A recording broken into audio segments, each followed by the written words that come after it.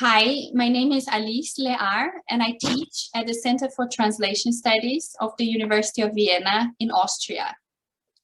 Hi, my name is Philip Wilson, and I teach philosophy at the University of East Anglia in the United Kingdom. Thank you for registering for the symposium Philosophy in On Translation, which will take place on Thursday 9th and Friday 10th of September 2021. We gratefully acknowledge the support from the University of Vienna, the School of Politics, Philosophy, Language and Communication Studies at the University of East Anglia, the British Centre for Literary Translation. Without their help, the symposium would not be possible. We're really happy about this opportunity to push forward this new and exciting research field. Again, thank you very much for registering for this symposium.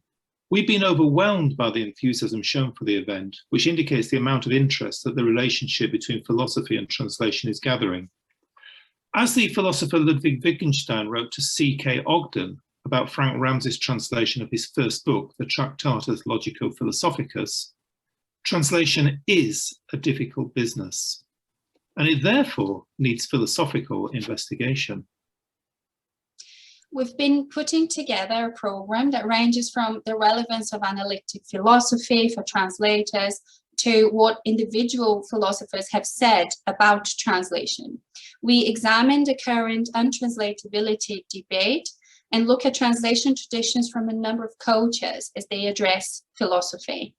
We're really honored to have two distinguished keynote speakers, Duncan Large, Academic Director of the British Centre for Literary Translation and Professor of European Literature and Translation at the University of East Anglia in the United Kingdom, and Helena Franco Martins, Associate Professor of Literary and Translation Studies at the Pontifícia Universidade Católica do Rio de Janeiro in Brazil.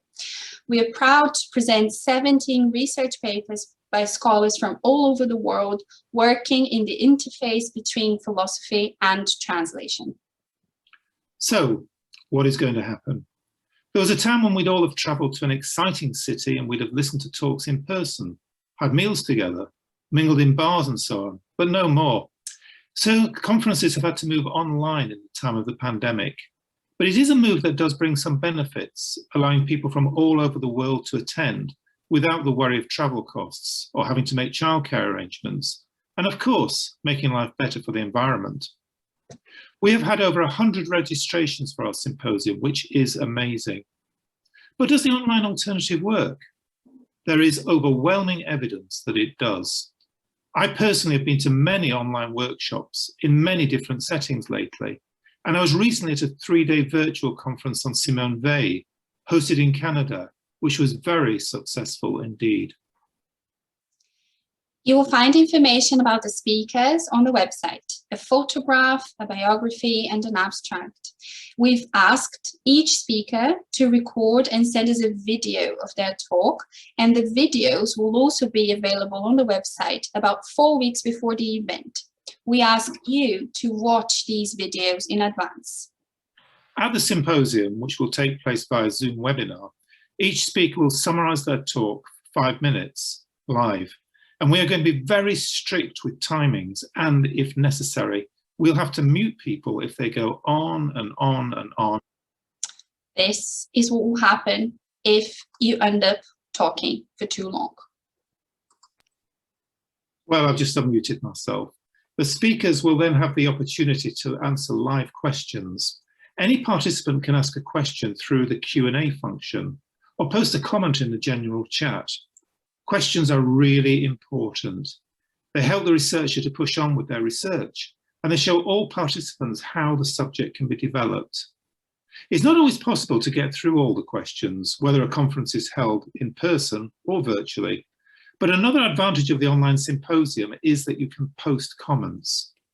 We expect all questions and comments to be submitted within what philosophers call the principle of charity. In other words, we need to be constructive and make sure that what we can say can help the researcher and can push the research dialogue further. Needless to say, any offensive comments will result in the termination of the link. Zoom webinar has an excellent record of working for conferences like this one. You will be sent a link the day before the conference, and should you have any technical problems during the symposium, our technical advisor, Martin Waters of Brief Media, will be available and present at all times during the event.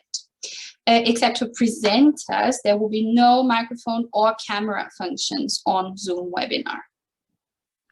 The symposium will end with a regular Zoom meeting that we invite everyone to attend in order to put forward ideas for the future. One of the purposes of a conference is to move the field on, so we will ask for your ideas.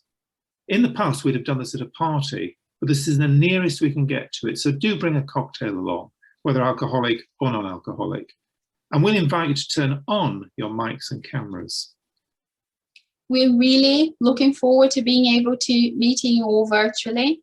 And remember, you can find a schedule of the program of the talks on the website, so you can plan your program yourself.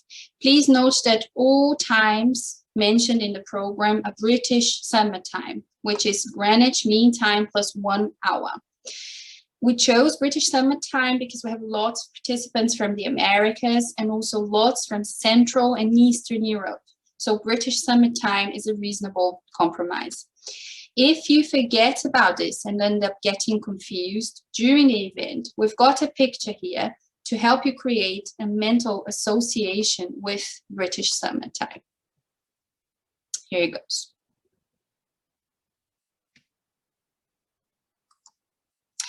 In the meantime, every good wish from Vienna. And every good wish from Norwich. Please don't hesitate to email us if you have any questions. And thank you for listening.